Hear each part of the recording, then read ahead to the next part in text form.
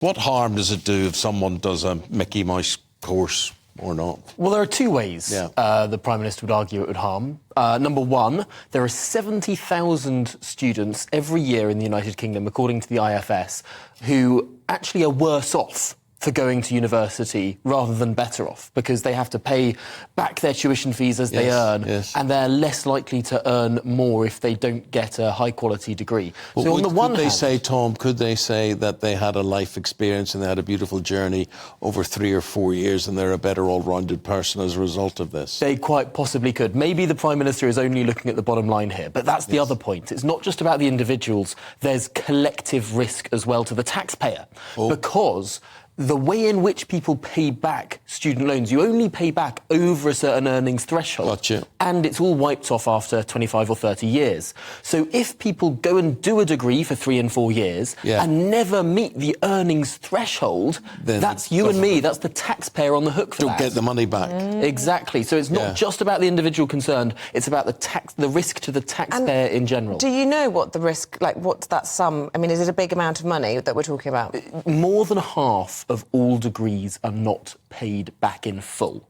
Now, usually that's because people reach the time limit in terms of paying it back, and normally it's the tail end that isn't paid back. But for a significant proportion of degrees, that money is lost. That risk is placed on the taxpayer. So the Prime Minister today is announcing some 3 major strands of reform to try and crack down or at least nudge people away from the degrees that might not be the most productive in terms of earning capacity. Because there are 38 institutions in the United Kingdom where about 1 in 4 students drops out before they complete the course. Now, that's 38 providers of education where they're providing courses that clearly aren't huge value to the students if they have such a high dropout rate. Currently, the Office for Students, the regulator, has powers to intervene if there's a certain level of dropout rate. These reforms will bring that more tightly in, but also allow parents and students to see the average earning potential from the courses they're applying to. Can he, and maybe he's proposing to do this, but can they just make a list of institutions and the courses they're offering and saying, we'll pay for this, we'll pay for that, but we're not paying for these courses? I think that might be seen as a little bit inequitable. What they are doing is in many ways offering that sort of choice to individuals through what are known as course quality assessments, where students and their parents, or potential students, I should say, can see as part of the quality assessments of courses how much people who have done those courses then go on to earn. And that might influence whether people choose to take certain courses or other ones. There are some courses that really, it does seem that people are actually worse off for taking than better off. I do think it's a bit of a gamble, though. I mean, I know my mum was desperate for me not to do journalism because she'd been told at a careers evening that the most you could ever earn was £11,000 a year, which I think was sort of a local newspaper reporter. And my mum was like, you're not going to, earn enough doing journalism. And actually, thank goodness I did do journalism because I've had a fabulous career in it. And I do think... She earns that a day now. But come back to Eamon's point, really. Is this, we've got 3 by-elections happening on Thursday. The Prime Minister expected to lose all 3.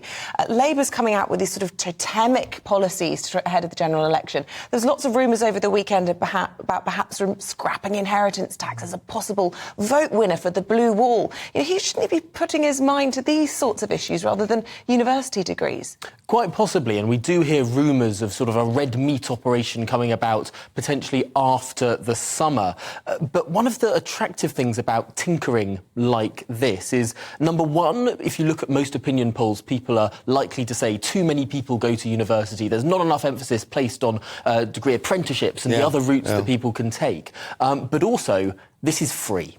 This doesn't cost any money for the Prime Minister to do. And if anything, it might save the taxpayer money if people aren't paying, if the taxpayer isn't on the hook for people going to university and getting degrees that aren't in the round paying them much money once they graduate. So I think one of the reasons why the Prime Minister is looking at these sorts of areas is because there isn't any money to do some of the bigger things that other people I see what you mean, but would it make anyone listening or watching saying, I'm going to vote Conservative come Thursday as a result?